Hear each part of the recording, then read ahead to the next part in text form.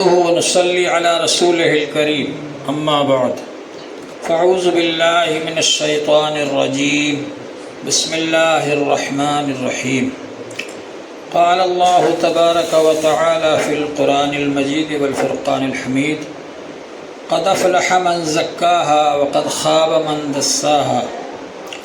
محترم حضرات، اللہ جل شانہ کا بڑا احسان ہے، اس کا کرم ہے کہ اس نے ہم لوگوں کو یہاں ذکر کی مجلس میں جمع فرمایا۔ یہ ذکر بہت قیمتی چیز ہے۔ اللہ جل شانہ نے قرآن پاک میں جگہ جگہ ذکر کا حکم دیا۔ ارشاد فرمایا فاذکرونی اذکرکم، تم مجھے یاد کرو میں تمہیں یاد کروں گا۔ ارشاد فرمایا واذکروا اللہ کثیرا لعلکم تفلحون، بہت زیادہ اللہ کو یاد کرو تاکہ تم کامیاب ہو جاؤ۔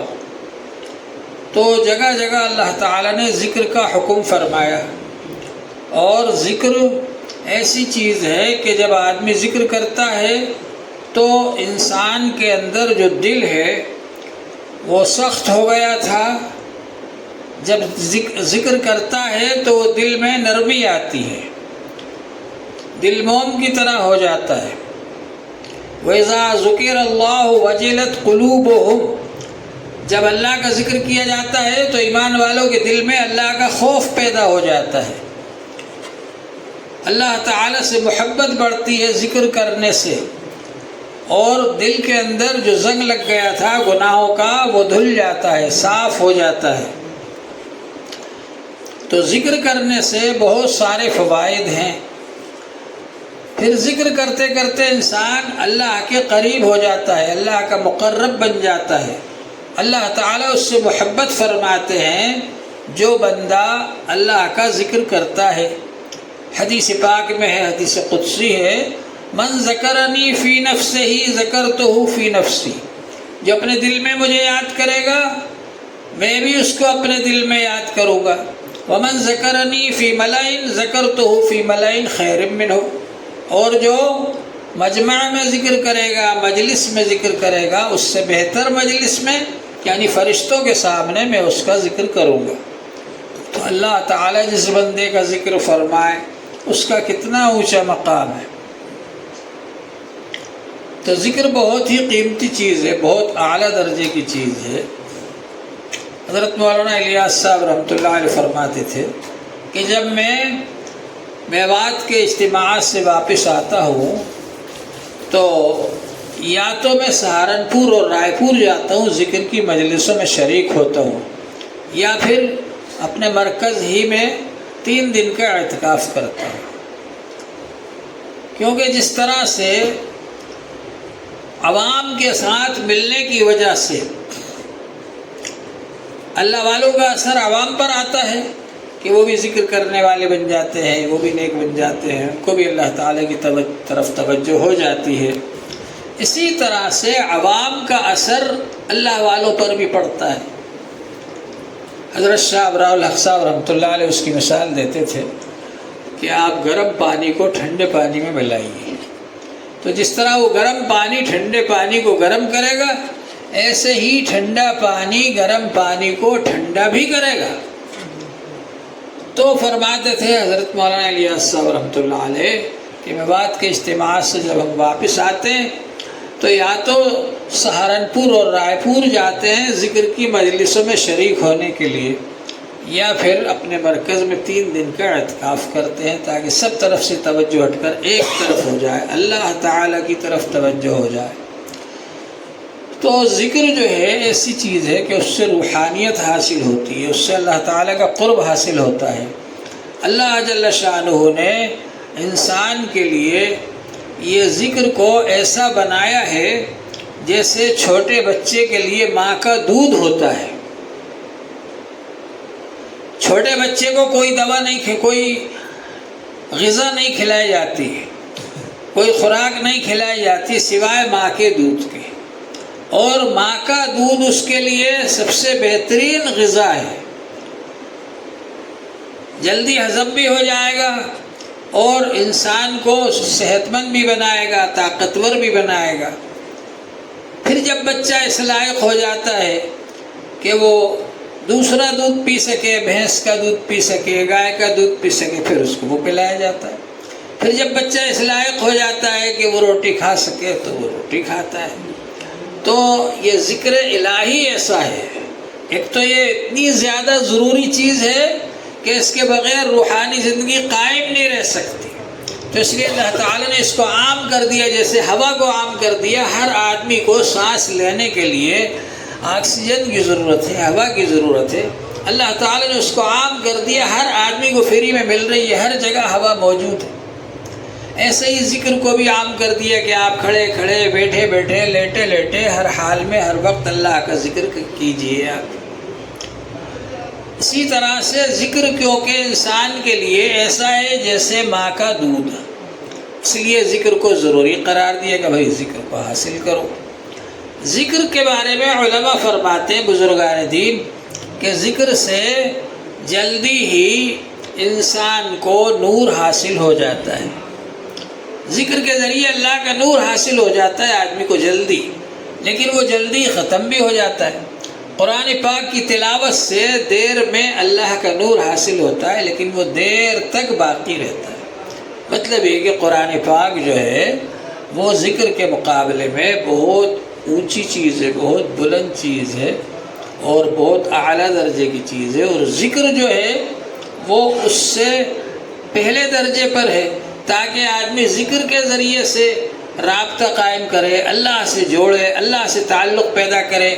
اللہ سے جب جڑے گا، اللہ سے تعلق پیدا قائم ہو جائے گا، اس کے اندر ذکر کرتے کرتے صلاحیت پیدا ہو جائے گی، پھر وہ قرآن پاک کا جو نور اس کے اندر آئے گا وہ بہت دیر تک باقی رہے گا۔ تو ذکر کرتے رہنا چاہیے آدمی کو ہر وقت، اور اس کی کوشش رہنا چاہیے کہ ذکر ہم سے نہ چھوٹے۔ اس کی عادت ڈالنے کے لیے تسبیحات بتائی جاتی ہیں، ان تسبیحات کی اگر پابندی کر لیں گے تو پھر ذکر کی عادت ہو جائے گی انشاءاللہ، پھر ذکر آسان ہو جائے گا۔ ذکر جس طرح سے کہ مستقل عبادت ہے، بعض لوگ یہ سمجھتے ہیں کہ صاحب یہ ذکر جو ہے ویسے ہی تھوڑا سا کر لیا جائے، ایسا نہیں، بلکہ مستقل ایک عبادت ہے ذکر۔ اور حضور صلی اللہ علیہ وسلم کے زمانے میں بھی ذکر کی مجلس ہوتی تھی، اور بعد کے زمانے میں بھی ذکر کی مجلسیں ہوتی رہیں۔ حضرت شیخ الحدیث مولانا زکریا صاحب رحمۃ اللہ علیہ نے ہمارے زمانے میں خاص طور سے اس کا اہتمام فرمایا اور جگہ جگہ جا کر ذکر کی مجلسیں قائم فرمائیں۔ حضرت شیخ الحدیث مولانا زکریا صاحب رحمۃ اللہ علیہ اس کے لیے بہت فکر مند رہتے تھے، بہت زیادہ حضرت کو تڑپ تھی اس بات کی کہ ذکر کی مجلسیں قائم ہو جائیں۔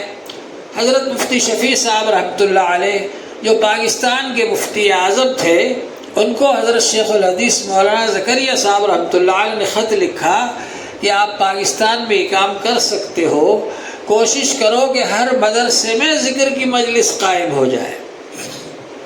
تو یہ ذکر کی مجلس بڑی قیمتی چیز ہے، بہت اعلیٰ درجے کی چیز ہے، اس میں ہماری حاضری ہو جائے، شرکت ہو جائے اور ہم سب کے ساتھ مل کر اللہ کا ذکر کر لیں، یہ بہت قیمتی چیز ہے۔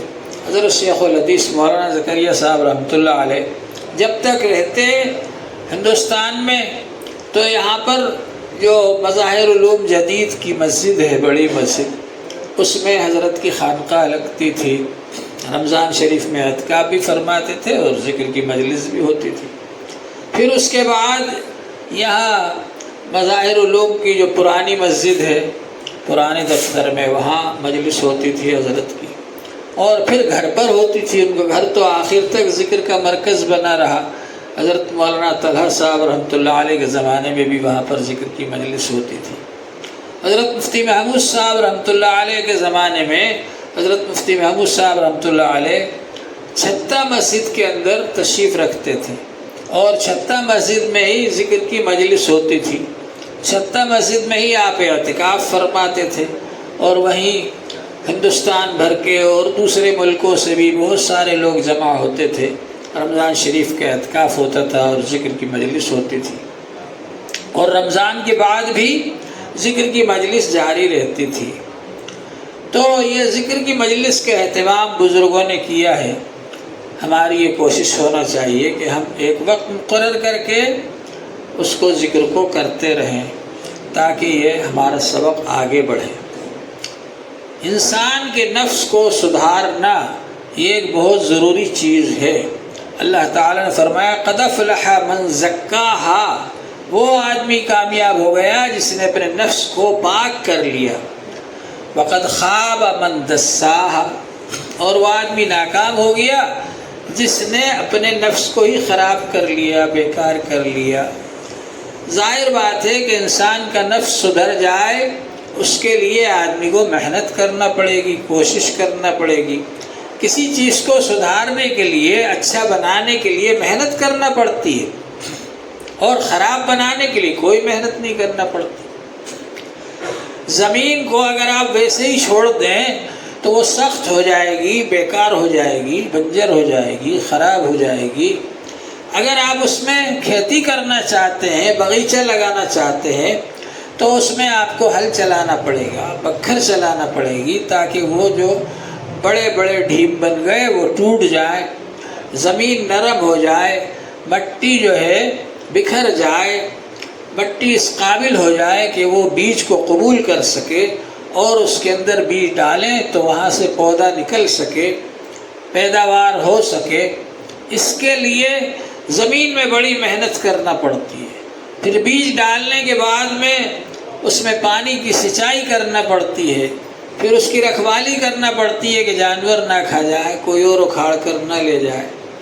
پھر اس کے بعد آہستہ آہستہ جب پودا بڑھ کر بڑا ہو جاتا ہے، پھر اس میں پھول لگتے ہیں، پھل لگتے ہیں، پھر سب لوگ کھاتے ہیں۔ اسی طرح سے انسان کا دل جو ہے یہ سخت ہو جاتا ہے، پتھر سے بھی زیادہ سخت ہو جاتا ہے انسان کا دل، مگر جب ذکر کیا جائے تو ذکر کرتے کرتے انسان کا دل پھر نرم ہو جاتا ہے، اور پھر وہ اس قابل ہو جاتا ہے کہ اس کے اندر اللہ کا نور آئے، اور پھر اللہ تبارک و تعالیٰ کا نور آتا ہے تو انسان کے اخلاق بھی سدھرتے ہیں، انسان کے اعمال بھی سدھرتے ہیں، انسان کے اندر برائیاں دور ہوتی ہیں۔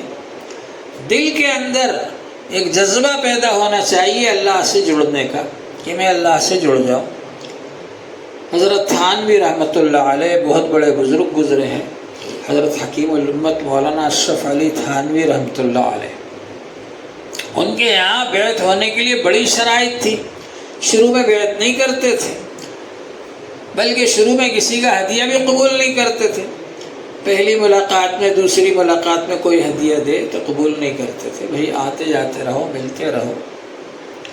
اور ہدیے کے بھی بہت سارے شرائط تھے ان کے یہاں، بیعت کے بھی شرائط تھے، بیعت بھی اچانک نہیں کرتے تھے کسی کو۔ ایک دیہاتی آدمی آیا اور اس نے ہدیے میں گڑ پیش کیا، حضرت نے خانقاہ میں تقسیم کر دیا گڑ۔ اب اس کے بعد میں اس نے کہا کہ حضرت جی مجھے بیعت کر لو۔ حضرت نے فرمایا بیعت تو ایسے نہیں ہوتے، ابھی کچھ دن آتے جاتے رہو، ملتے رہو، اس کے بعد پھر بیعت ہونا۔ تو اس نے کہا میرا گڑ واپس دو۔ حضرت نے ایک صاحب کو پیسے دیے، کہا جاؤ ہی گڑ خرید کے لیا، ان کو دے دو۔ کہا نہیں میں تو وہی گڑ لوں گا آپ سے۔ تو پھر حضرت نے کہا اچھا بیعت ہو جاؤ۔ ایک ڈاکو آیا حضرت تھانوی رحمۃ اللہ علیہ کی خدمت میں، کہنے لگا کہ حضرت میں آپ سے بیعت ہونا چاہتا ہوں۔ حضرت نے کہا میں تو آپ کو بیعت نہیں کرنا چاہتا۔ کہا نہیں میں آپ سے بیعت ہوں گا۔ بھئی میں تو آپ کو بیعت نہیں کرنا چاہتا۔ کہا کہ میں نے توبہ کر لی ہے۔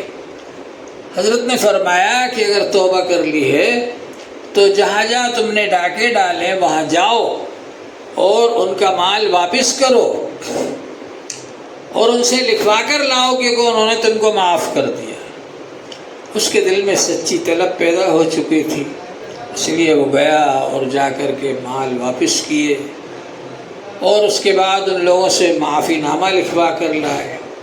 پھر وہ حضرت تھانوی رحمۃ اللہ علیہ کی خدمت میں آئے تو حضرت نے ان کو بیعت کر لیا۔ تو حقوق العباد کا بڑا درجہ ہے، اللہ سے صحیح طریقے پر تعلق جڑ جائے اور اللہ کے بندوں سے بھی صحیح طریقے پر تعلق جڑ جائے۔ اللہ کے بندوں کو ہم ستائیں نہیں، تکلیف نہ پہنچائیں، پریشان نہ کریں، بے عزت نہ کریں، ان کا مال نہ چھینیں، ان کو ماریں نہیں، ان کو تکلیف نہ پہنچائیں۔ اللہ کے بندوں کے حقوق قیامت کے دن 3 قسم کی فائلیں ہوگی اللہ کے دربار میں۔ ایک فائل تو ہوگی کفر و شرک اور ایمان کے بارے میں، وہاں تو کسی کی کوئی رعایت نہیں، ذرہ برابر ایمان ہے تو جنت میں جائیں گے، اور کفر اور شرک کیا ہے تو جہنم میں جانا پڑے گا۔ ان اللہ لا یغفر ان یشرک بہ، اللہ تعالیٰ شرک کرنے والے کو بالکل معاف نہیں کریں گے۔ وَيَغْفِرُ مَا دُونَ ذَلِكَ لِمَن یشاء، اور اس کے علاوہ جس کو چاہیں گے معاف کر دیں گے۔ تو کفر و شرک اور ایمان کی جو عدالت ہوگی، جو فائل ہوگی، وہاں کسی کی کوئی رعایت نہیں۔ دوسری فائل ہوگی حقوق اللہ کی، اللہ کے حقوق۔ اللہ کا حق ادا کیا کہ نہیں، نماز پڑھی یا نہیں، زکوٰۃ دی یا نہیں، روزہ رکھا یا نہیں، حج ادا کیا یا نہیں۔ اگر کیا ہے بہت اچھی بات ہے، نہیں کیا ہو سکتا ہے اللہ تعالیٰ معاف فرما دے کہ چلو بھائی ٹھیک ہے۔ اور تیسری عدالت ہوگی، تیسری فائل ہوگی کائے کی؟ حقوق العباد کی۔ حدیث شریف میں آتا ہے، ایک موقع پر حضور پاک صلی اللہ علیہ وآلہ وسلم نے ارشاد فرمایا، هل تدرون من المفلس من امتی، کیا تم جانتے ہو میری امت میں مفلس اور کنگال، فقیر اور غریب کون آدمی ہے؟ صحابہ نے کہا اللہ کے رسول، ہم تو مفلس اور کنگال اور غریب اس آدمی کو سمجھتے ہیں جس کے پاس روپیہ پیسہ نہ ہو۔ تو حضور پاک صلی اللہ علیہ وآلہ وسلم نے ارشاد فرمایا کہ میری امت کے اندر ایک شخص ایسا ہوگا جو نیکیوں کے ڈھیر لے کر کے آئے گا، لیکن جب اللہ تعالیٰ کے دربار میں آئے گا تو حق لینے والوں کی لائن لگ جائے گی۔ قد شتم ھذا وضرب ھذا واکل مال ھذا، کسی کو مارا ہے، کسی کو گالی دی ہے، کسی کا مال ہڑپ کر لیا ہے، وہ لوگ سب آ کر کے اللہ تعالیٰ سے درخواست کریں گے کہ اللہ تعالیٰ اس نے ہم کو مارا تھا، ہم بدلہ نہیں لے پائے دنیا میں، آپ بدلہ دلوا دیجئے۔ کوئی کہے گا اللہ تعالیٰ اس نے ہم کو گالی دی تھی، ہم دنیا میں بدلہ نہیں لے پائے، آپ ہمیں بدلہ دلوا دیجئے۔ کوئی کہے گا اللہ تعالیٰ اس نے ہمارا مال چھین لیا تھا، ہم دنیا میں اس سے واپس نہیں لے پائے، آپ واپس دلوا دیجئے۔ حق لینے والوں کی لائن لگی ہو، اور اللہ تعالیٰ کے یہاں جو کرنسی چلے گی میدان میں حشر میں اور آخرت میں، وہ کیا ہے؟ نیکی ہے۔ نیکی کے ذریعے بدلہ دلوایا جائے گا۔ تو اللہ تعالیٰ فرمائیں گے اچھا بھائی جس کا جتنا حق ہے اس کی نیکی لے کر اس کو دے دی جائے، جتنا جس کا حق ہے اس کی نیکی لے کر اس کو دے دی جائے۔ اب یہ سلسلہ چلتا رہے گا حتیٰ کہ وہ جو نیکیوں کے ڈھیر لے کر آیا تھا وہ سب ختم ہو، اب کچھ نہیں بچا اس کے پاس، اور حق لینے والوں کی لائن لگی ہوئی ہے۔ تو اب اللہ تعالیٰ کا حکم ہوگا کہ جتنا جس کا حق ہے اتنی ہی اس کی برائیاں اس پر ڈال دی جائیں، جتنا جس کا حق ہے اتنی اس کی برائیاں اس پر ڈال دی جائیں۔ چنانچہ یہ شخص اپنی نیکیاں دوسروں کو بانٹ کر اور دوسروں کی نیکیاں اپنے سر پر لاد کر جہنم میں جا رہا ہوگا۔ حضور پاک صلی اللہ علیہ وآلہ وسلم نے فرمایا بڑے درد بھرے انداز میں، میری امت کا مفلس اور کنگال یہ شخص ہے جو اپنی نیکیاں دوسروں کو بانٹ کر اور دوسروں کی برائیاں اپنے سر پر لاد کر کے جہنم میں جا رہا ہوگا۔ اللہ تعالی ہماری سب کی حفاظت کرے۔ اگر کسی کا کوئی حق ہے خدا نہ خواستہ تو ہم اس سے معافی مانگ لیں، اس کا حق واپس کر دیں، تاکہ دنیا ہی میں ہم کو اس کا حساب کتاب ادا کرنے میں آسانی ہو اور آخرت میں نہ کرنا پڑے۔ آخرت میں بہت مہنگا پڑے گا۔ تو یہ تصوف کا مطلب یہ ہوتا ہے کہ آدمی اپنے آپ کو سدھارے، اپنی اصلاح کرے، اپنی اصلاح کی فکر کرے کہ میری اصلاح ہونا ہے۔ ہم میں سے ہر آدمی یہ سمجھتا ہے کہ میں تو سدھرایا ہوں، مجھے سدھرنے کی ضرورت نہیں ہے، تو اس لیے ہم بزرگوں کے پاس نہیں جاتے، ان سے تعلق نہیں جوڑتے، اپنی اصلاح نہیں کراتے۔ صحابہ کرام اور بزرگان دین اور اولیاء اللہ جو بنے وہ اس طرح بنے کہ ان کو اپنی اصلاح کی فکر تھی کہ ہمیں بزرگوں کے پاس جانا ہے، ان کے سامنے اپنے دل کا حال بتانا ہے کہ ہمارے دل میں ایسے وسوسے آتے ہیں، ہمارے دل میں ایسے خیالات آتے ہیں، ہم کو نماز میں خشوع و خضوع حاصل ہوتا ہے یا نہیں ہوتا، ہم کو اللہ تعالیٰ سے تعلق ہمارے دل میں کتنا ہے، یہ سب چیزیں بزرگوں کے سامنے ظاہر کر کے اور ان سے اصلاح کرانا، یہ ہے، اس سے اصلاح ہوتی ہے۔ پھر جب اصلاح ہو جاتی ہے تو آدمی اللہ کا حق بھی ادا کرتا ہے، نماز بھی پڑھتا ہے، روزہ بھی رکھتا ہے، ذکر بھی کرتا ہے، قرآن پاک کی تلاوت بھی کرتا ہے، اور بندوں کا حق بھی ادا کرتا ہے، بندوں کو تکلیف نہیں پہنچاتا، پریشان نہیں کرتا، اور ان کو اپنی طرف سے مطمئن رکھتا ہے۔